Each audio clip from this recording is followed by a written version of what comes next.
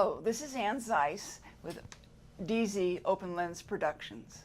Today we have as our guest Dr. Sunil Dhawan, who's a graduate of San Francisco State University and the University of Southern California School of Medicine. He is currently the dermatologist at the Center for Dermatology in Fremont and Milpitas, and also a teacher at at Stanford University's School of Medicine Department of Dermatology. Welcome, Dr. Dhawan. Thank you, Ms. Zeise. It was nice to be here and give people some information on the sun and skin cancer and skin care. I think we can get started. This talk has been here for many years and we've modified it, so let's get going, if you don't mind. The sun, beauty, or the beast. The skin has several functions. It has protection, it has temperature regulation, sensation, and secretion. These are the layers. There's the epidermis, the dermis, and the subcutis. 3 layers that offer protection and other functions for the skin and keep everything inside. We have skin cells that migrate toward the skin surface. They form a protective barrier. It takes about 28 days to go from the bottom to the top. Certain diseases like psoriasis and other things make this cycle much faster, and that's why you get a lot of scaling and flaking with those conditions. The pigment cell is very important in the skin. As you can see, the person on the left has less pigment, probably from Northern Europe. With evolution, we've evolved to having less pigment when we need to absorb more sunlight in darker areas such as Northern Europe. More in Africa, you need more protection, so you have more skin pigment cells and more pigment within those cells. So those people who evolved and had very light skin in very sunny areas would get skin cancers and basically would not have descendants and would die off. That's the evolutionary theory. The hair follicle is also very important. It's associated with sweat glands and oil glands in the hair shaft. This is an important component of the skin. The sun, it's the giver of life and the taker of life. It's very important for everything we have. Some facts about sunlight is that the risk of sunburn is greatest between 10 a.m. and 5 p.m. or 3 p.m. I'm sorry. Up to approximately 80% or 90% of sunlight can penetrate cloudy or overcast days. Some light fabrics and wet clothes can transmit a large amount of sunlight to the skin. So when you're wet, you can get a little bit more sun coming in. Hats and beach umbrellas do not provide full protection. Sunlight is reflected by sand, water, porch decks, and snow, especially snow. So if you notice, a lot of ski instructors who also teach tennis in the summer up in Lake Tahoe have pretty sun-damaged skin even in their 30s, so they have to be more careful. There are several types of ultraviolet rays. UVA rays, which are thought not to have been important 20 years ago, are actually very important and can penetrate glass and plastic. So the glass that's in your car does not offer much protection against these rays, though it does block the UVB rays, and we'll talk about those in a second.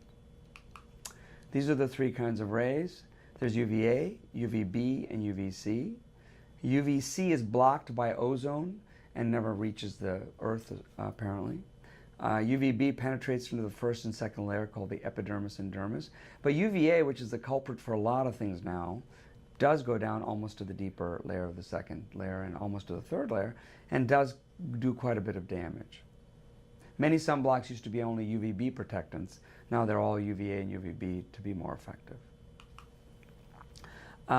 This slide talks a little bit more about those rays. UVA rays penetrate deeply, are equal all day, all year, whether it's cloudy or sunny, all latitudes, all over, whether it's Denver or here or any height. UVB is a little bit more restrictive.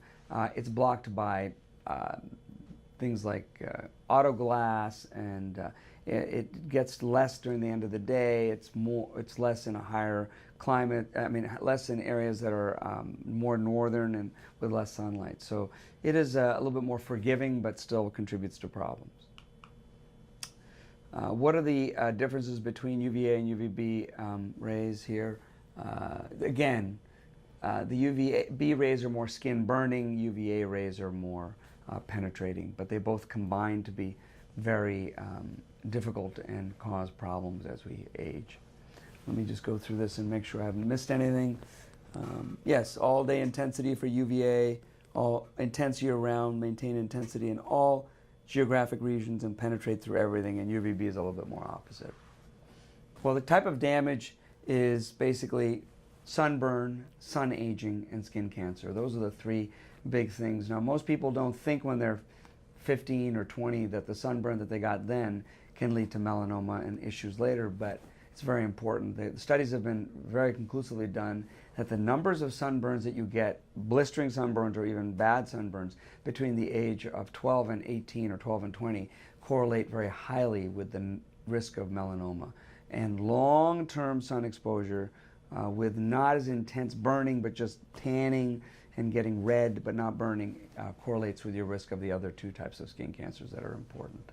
So we need to protect when we're younger, especially our young children, and especially between 12 and 18 when we're a little bit more foolish and do things that we're not supposed to do because we're adventurous, but also as we age. So we need to do all that protection. So again, UVB is there and UVA kind of complements it and hits it pretty hard. Some of the variables of sun exposure, skin type, very important, and we'll go through that. So here's a guy, he's actually a guy I trained with. I lined all these guys up when I was in training and got a very good estimate of what the variables of skin exposure are for skin type. He's light-skinned, light-eyed, Northern European, light-haired, blonde or red hair, and burns every time he goes out. And this was in Miami, and I'm sure he would burn very easily. So there we go, a close-up view of him. This is somebody probably more from Middle Europe, Hungary, maybe a little bit more Southern Europe, Italy, that area, Northern Italy. And he would be a little darker skinned, darker hair, a little darker eyes. He doesn't burn easily, but he tans fairly easily. But he still could burn, but not as easily as the first gentleman. There we go. And then this gentleman is more from way southern Europe, Spain, maybe Israel, maybe Palestine, India, Iran. He almost never burns. He tans, but he doesn't burn. And his tanning takes a while. His risk of skin cancer is low, but not zero. And here's somebody next who's African American heritage. She has a very low risk, but not zero again. She would never burn, almost always tan a bit, but her skin would get a little darker in the summer, kind of a little lighter in the winter. Good protection, but doesn't mean she doesn't need to wear sunblock. She does. She just doesn't know it. That's the problem. Times of the day are important for UVB. Sunny versus cloudy for UVB. Obviously, sunny days are worse for UVB, but equal for UVA. Geographic location, more sun in Miami, more sun in the central parts of the country where it's pretty hot, and more UVB rays, but UVA is equal. Altitude, you're a little closer. Denver is worse than the flats. And reflection, so if you're a skier, you're working around pools, you're getting reflected constantly, and you're getting kind of a double whammy of sun damage. Ozone layer, it's not a big deal anymore. 30 years ago when we were using hairsprays with some fluorocarbons, we had problems. There was a big hole in the ozone layer. And I believe in southern Chile or Ecuador, they had an increased risk of skin cancer at that time, but I think it's been filled in somehow because we don't use those things anymore. What are the effects of the sun? Well, you can get sunburn, you get tanning, you get aging, you get allergies, you get diseases, and you get cancer. That's kind of the sequence that I talk about. Allergies and diseases, people are sun allergic, they're taking blood pressure medicine, they tend to burn it a little easier. That's sort of an allergy. Certain diseases like lupus are made worse with sun exposure. And then skin cancer is the ultimate result. So you start out in sun-damaged skin. Let me look here for you. This is a little easier. You start out with sunburn. You get roughness. You get pigmentation, the brown liver spots people talk about. You get fine wrinkling. You get deeper wrinkling. You get precancers, and then you get skin cancer. You could be anywhere in this game here, but most people, by the time you've reached kind of the middle part, you're going to start getting a lot of these. So you don't want to go there. You want to kind of stay away from that edge, because once you go to that, it's like a precipitous decline, and we don't want that if we can avoid it. Of course, it's hard to always avoid. What does sun-damaged or photo-aged skin look like? Well, it's wrinkled, it's sagging, it's tough and leathery. It's got red, yellow, gray, or brown blotches. It's got these liver spots, which are not liver spots. They're actually brown spots from the sun. The body's trying to protect itself, so it lays down some pigment. It can't do an even layer, but it lays down these brown spots. And almost everybody has a few of these. You get more on the outer arms and exposed areas. And if you turn your arm around, you'll never see them in here, because unless we're monkeys, we walk like this. We don't walk like this. And so, and you'll see it on the V of the neck. You'll never see it in the abdomen, because people keep those areas protected. Upper back, shoulders. And I can kind of tell when people have burned or have had too much sun, because their brown spots light up like a Christmas tree. And so they can't lie to me when they say they haven't been doing it. I can tell. Yeah. Actinic keratoses are precancers. Common, they're kind of the next step. They're over, well, that slide's gone, but they're over next. This is an interesting slide, because these two people are related.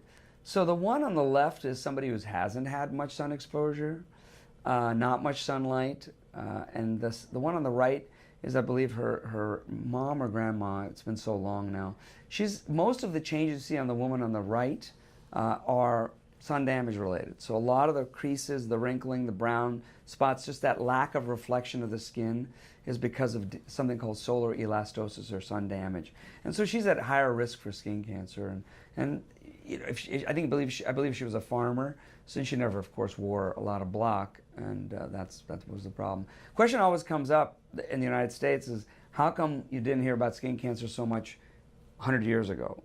Well, because the people who were farmers, and most of us were more in agriculture 100 years ago, because the majority of the U.S. was not in manufacturing or high tech, didn't exist then. We were dead by the time we were 40 or 50. We had died of diseases like TB or infectious diseases or injuries, and now we live 70, 80, 90, 100. I have a couple 105-year-olds running around. And so we get more of those cumulative changes. So if these people had lived longer 100 years ago, you would have seen all this.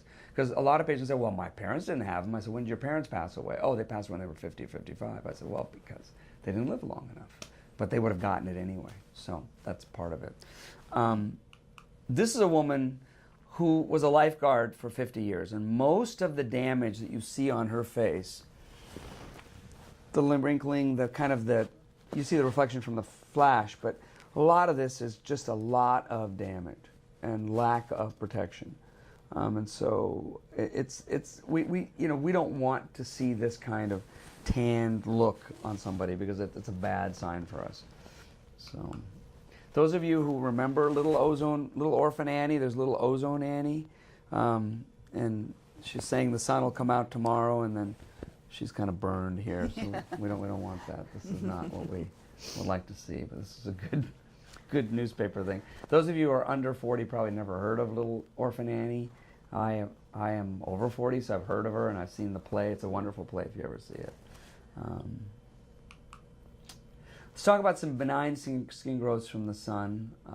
These are quite common, and you can sometimes find them on yourself. These are called actinic keratoses. They're benign but pre-malignant.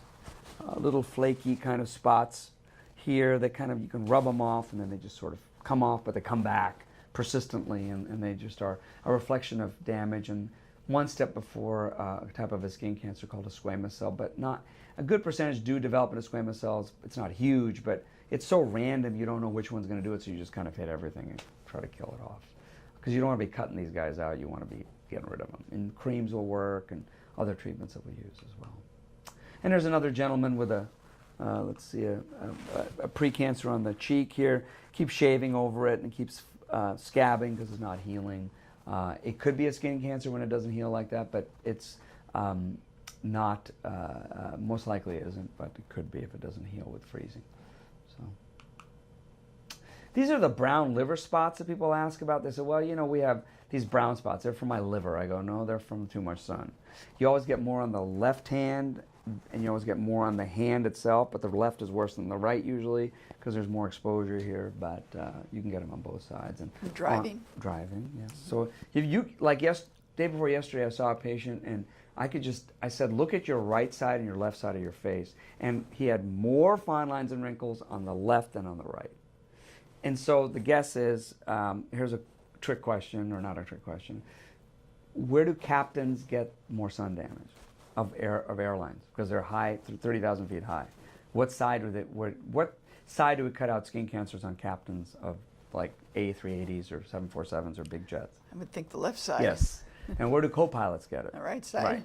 And that's exactly been correlated. It's been shown very consistent, and they get it on the neck a lot. So you'll see it on their neck, on the right side, right face. And men like me who are follicularly challenged, we usually get it on a lot of it on the scalp. So that's a bad area because that's getting constant exposure and constant hits, and men forget to sunscreen this place. Men don't sunscreen anything, but whenever they do it, they forget to do this spot. And, you know, it's just normal.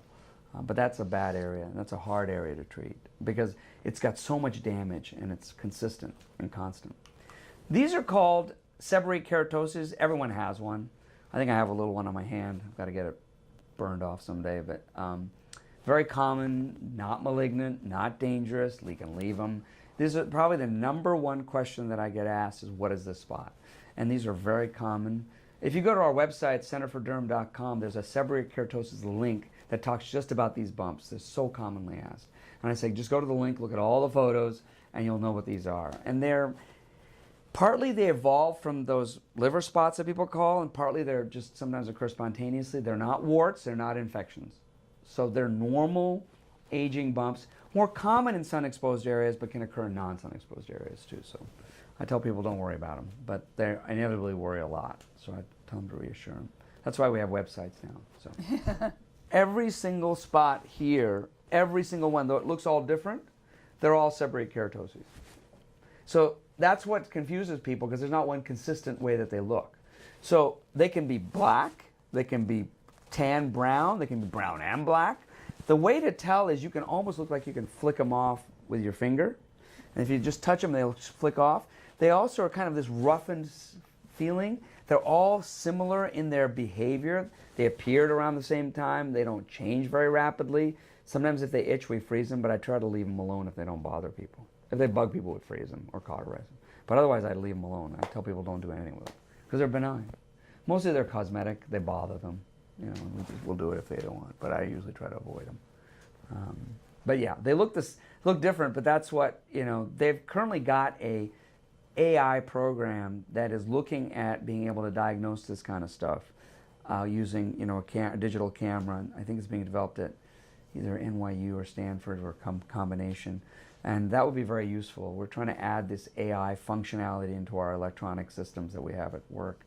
We're going to see if we can correlate. It'd be great. I'd love to be able to get a statistic and say, this is the statistical chance of this being something or not. And the cameras are pretty good at detecting it. But they are not foolproof as we're not foolproof. So, but they're getting there. So, malignant skin tumors. So anybody who's asleep should wake up at this point. This is the part that you should be listening to. The incidence of skin cancer and melanoma is increasing very rapidly. 15 times more common now than in the 1930s. The reason for that is we go to Hawaii, we go to places that are sunny, and we got burned. It was very common to hear the statement, you know, I put baby oil on and lubed myself up and was in the sun for an hour or 2 or 3 when I was 15 or 20 years old. Yeah. That's the reason. And that occurred in the 60s and 70s and 80s. And by early 90s, we were pretty much telling people not to do that. Most people don't listen, and they still do it. I have many patients who still tan, despite me telling them and warning them, but, you know, you can take a horse to water, but you can't make them drink it. So we got to be careful. Hawaii is the culprit here, we think. And people have the time on vacations, and the fact that the jets got you from Hawaii, from anywhere in the U.S. to Hawaii or Mexico or sunny places within 3 to 5 or 7 hours. So that convenience of the 707 and other jets created, I think, a lot of these problems, and people burned. Fair-skinned, blue-eyed, or blonde or red-haired people have a very high risk of developing skin cancer. So once you have that what's called phenotype, watch out. You better protect yourself. A lot of these things are cancers. They're uncontrolled growths. They're not all serious, but they can be a headache to deal with. They can recur. They're a hassle. We don't want to deal with them, so we like to prevent them if we can, but when they happen, we deal with it. The 3 types of skin cancer are basal cells, squamous cells, and melanoma. The last one's the most important, and the one that really is very relevant. Basal cell. What does a basal cell look like? Well, it's kind of this pearly growth that ulcerates, doesn't heal. You kind of pick at it. It's a sore, doesn't want to go away. It kind of appears and then kind of just goes up like this and then stabilizes. It's on the nose, the scalp, the back, the chest, the shoulders, and it just doesn't want to go away. It just sort of stays there. So in my practice, anyone who's had one basal cell, I warn them. I said, look, if something doesn't heal in a month and you've tried making it heal with a little ointment and a Band-Aid and you thought it was an injury, well, just let us know. And leave a message for me and say, hey, this ain't healing. Can you get me in and just take care of it? And that's what we'll do. Many times it isn't anything, but sometimes it is. So if you look on this woman right here, it's like almost like a pearl that was just thrown on her face with this little blood vessel. And that's a classic description. It's got a little scab in the center. It doesn't want to heal. Keeps recurring and going, just doesn't want to go away. So this is called the good version of it. There's still a basal cell, but we call it the good. Okay. This is the bad. This is kind of a bigger one that's been ignored. And again, somebody with a little more sun damage probably has another skin cancer right there. We're not talking about that one. That's a basal cell. This person's probably had a few skin cancers. And this is the ugly one. This is the big one. So this is the one you don't want to be looking at when you're eating dinner or lunch or breakfast. So this is a woman who had a small basal cell, probably this size or this size originally. And this was 25 years before this photo was taken, okay? So that photo was taken 1989 or 1990 when I finished training, okay? So she left that little guy alone for 20, 30 years. She didn't do anything. So basal cells never kill anybody. It's 1 in 20,000 maybe do it. It's so rare. I've only seen 2 cases. One was when I was in training and one was in practice. This woman just said, I don't want anything to do. I don't want to do anything. So she ignored it. Well, what it did was it went from here into her spinal cord and then went to her brain and killed her. So she could have lived, she was I think only 75 or 70. Very young, relatively young. Now I'm 59. Everyone 70 looks young to me and I want to, make it younger. But this is somebody who could have been prevented. I had a lady who had one on her eyebrow. It also moved into her brain after 8, 9 years. It just got bigger and she ignored it. She just didn't want to do anything. So fear is a big thing for people, but I'm much more scared of this than I would be of a little guy. So it's hard, I know, but I've got to kind of convince people that, let's get this over with. Let's get it taken care of if we can. Obviously, they have the right to say no, but then this develops, and then I have to deal with this, which is not something pleasant for anybody, especially the patient, of course. Medicare pays for the... Oh, yeah, Medicare. I mean, most insurers pay for it. If you have a deductible, that comes in, obviously. Oh, yeah. No, this is very... There's 6 million of basal cells, 5 to 6 million a year. So it's very common. And I have people with several of them. And so we see it all the time. So yes, absolutely take care of it if you can. Squamous cells. These are common. These are a little bit more kind of aggressive, can be. And they kind of look like basal cells a little bit. Not quite, but they kind of look. Again, 14% of all skin cancers can spread. I've seen 1 or 2 that have spread. Again, they were deep and thick and ignored. I have bigger squamous cell. I call this the inability to hide with makeup sign, meaning this thing finally got difficult to hide with makeup, and that's why the patient came in. So we had to kind of take care of it, but we got rid of it. But it's getting large here. It's festering and not healing and difficult to take care of.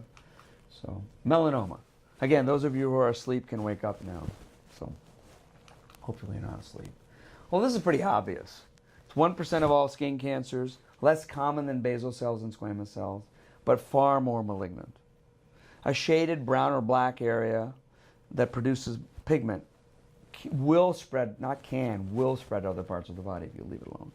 Best treated when diagnosed early. So you can see this is very abnormal looking. And this patient probably has 30 other moles kind of thing that look fairly normal. This is definitely out of step. And it's newer. So it's a new spot, changing, growing, and it fits what I call the ABCDE kind of, or ABCDS, I'm sorry, system. And A means asymmetric. You draw a line one side doesn't look like the other at all. These are not identical twins. B is border irregularity, okay? C is color variation, black, brown, whatever, clear here. D is diameter, okay? It's bigger than the head of a pencil eraser. So if that's 6 millimeters, so generally they're bigger than 6 millimeters. And S is symptoms. Often there's itching, burning, bleeding, some symptom with it, but sometimes not. A, B, C, D. There you go. This is asymmetric, irregular border, color variation, and diameter. 6 millimeters or higher, which is the size of a pencil eraser head there. Okay. Here's another melanoma on the face. Not common, but does occur. This is not a good sign, and this is definitely a bad sign, because when it gets bumpy like this, the mortality with melanomas is correlated with the depth. This is at least 3, 4, 5 millimeters. That's not a good sign. Okay, that's a bad sign. So we don't want to see that. We have seen it, but we don't want to see it. We found melanomas on the bottom of the feet. I had a gentleman who I was working with, and we suggested that we get a full body exam, and one thing came up and he couldn't come or something, and then he came and said, I have this spot right below my underwear line. And it was a melanoma. And it was thin, but we caught it. I found one on the buttocks recently. So we try to look at everything, especially people who have a head of history of melanoma. We try to look. I don't always find things, but it does occur in the private areas, but most commonly on the arms and back, but it can occur anywhere. Melanoma will be fatal if not detected early enough. I shouldn't say. I used to put can in that slide. That's one of my changes that I made. It's now will. So we have to be careful here. So you think that you have a hard job? So these are people who have a real job.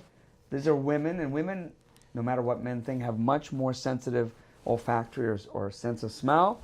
And this is, I believe, I forget which antiperspirant company this is, but they're testing antiperspirants, and they, have to see how they work. And you better get paid really well to do this job. I don't think I'd ever want to do it, but it is a real job. Prevention and treatment, very important. Skin cancer should be treated by a dermatologist or other MD who's trained to do it. So many doctors do this. We're kind of the de facto people, but if you have a good primary or a good surgeon or somebody that manages you, we don't have a problem. Somebody needs to manage you. And it's got to be done on a fairly consistent basis. And if you've had skin cancer, the way we like to do it is see you fairly frequently, because in the first 5 years, if you have one basal cell, the risk of a second one is 50%. If you had 2 basal cells, the risk of a third one is 100%. So we like to just try to find them early and be done with them. We'll do other things as prevention, but we try to hit them early. So some of the methods of treatment: you can freeze them, which nobody hardly does anymore. You can scrape and burn them out, and that's called electrodesiccation and curettage, which we do for people very old who don't want anything much done but want to take care of it. We do surgery, which is generally the best way. Now, there are a few creams out there. There's a genital wart cream that works decently. There are some other creams and light treatments that where people are working on, not officially approved yet. So whenever we do use it, I say, hey, this is not officially approved. I've seen some success. Let's try it. If it doesn't work, let's do something else. So as long as people are adventurous and wanting to try stuff and realizing that basal cells don't spread, so we've got some time. We can buy time. If you take a basal cell off, and a bit of it remains, it takes a year or two to get back to what its original size was. So we've got time, but we don't want to wait 20 years or 10 years or anything like that. Some prevention techniques, very important. We don't want to be cutting or freezing if we can do this. Avoid sun during peak hours, okay? Before 10 a.m. or after 3. Use sunscreen SPF greater than 30, and I'll go over that. Wear loose clothing that covers exposed parts and wear a hat.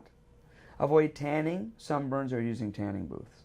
This is a picture from Miami on my last few days. Oh. So obviously you can look at this woman's chest. She's burned. He's burning himself, and he'll have fun when he has to have things cut or burned out.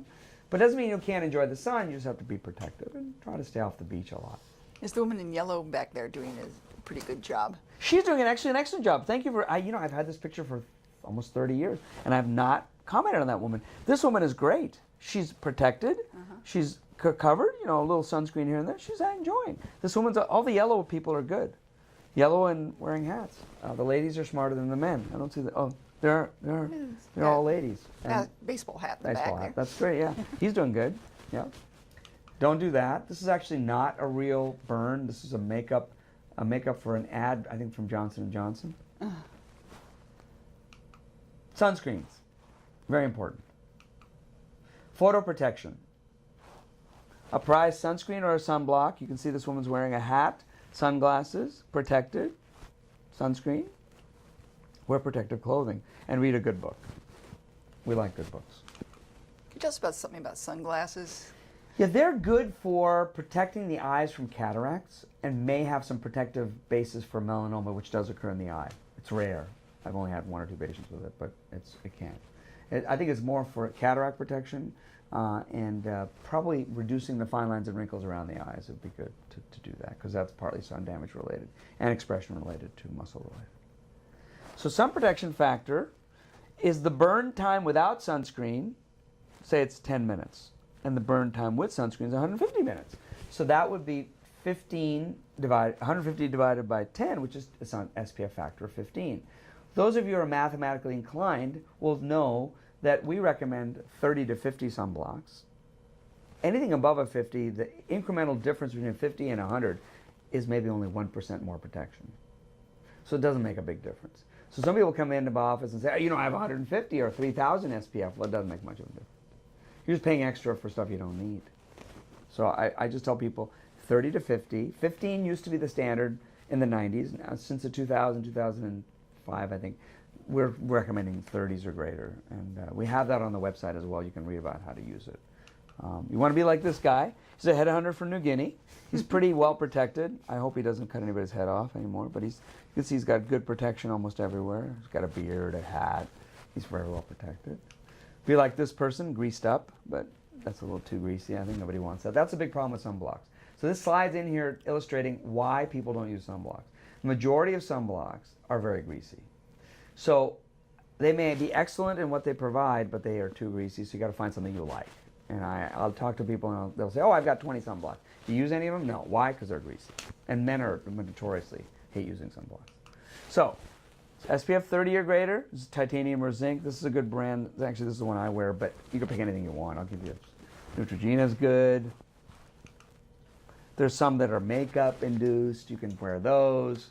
There's a ton of them. And if you go to the website, there's a list of them, like 30 of them or 20 of them.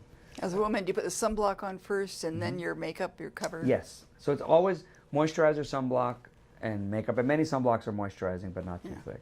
The lip is important. This says SPF 15. Older slide. Now they're up to 30 to 50. And many brands make it. Sunscreen recommendations. Again, very important. Any brand with titanium dioxide and zinc oxide but usually better with both, with SPF greater than 30, up to 50, UVB and UVA protection, blockers that you will use regularly is okay. The key is that you will use regularly. Again, that you will use regularly. Other ingredients like avobenzone, all these big chemical names, are good, but we're trying to get away from them because they may have some rare incidents of hormone blockage and other things. Nobody's quite sure. And the internet is full of conspiracy theories about these sunscreens. I try to get away from that, and I just tell people use titanium and zinc. And the micronized version's better. Now, there are things on the internet talking about how that could be a problem. You know what? I tell people, let's be logical here. This is better to use something than to use nothing. I can find on the internet where it says that the sun revolves around the earth, but I usually don't believe it. So we've got to use logic here. These are good, but can be more irritating, so I try to stay away from them, but I can't avoid them sometimes. Most are good. Look for ones that are lighter if you have oily skin, or moisturizing if you have drier skin. So that's a logical thing. You want to try to do less products if you can, but pick anything you like with those things. Price does not correlate with effectiveness. Many of my patients come in and say, I bought this $70 sunscreen. I said, you spent way too much. And then they look at me with red faces, and then they listen to me and they buy what's on the list or whatever they want, but it's in there. Sprays are not as good as lotions or creams.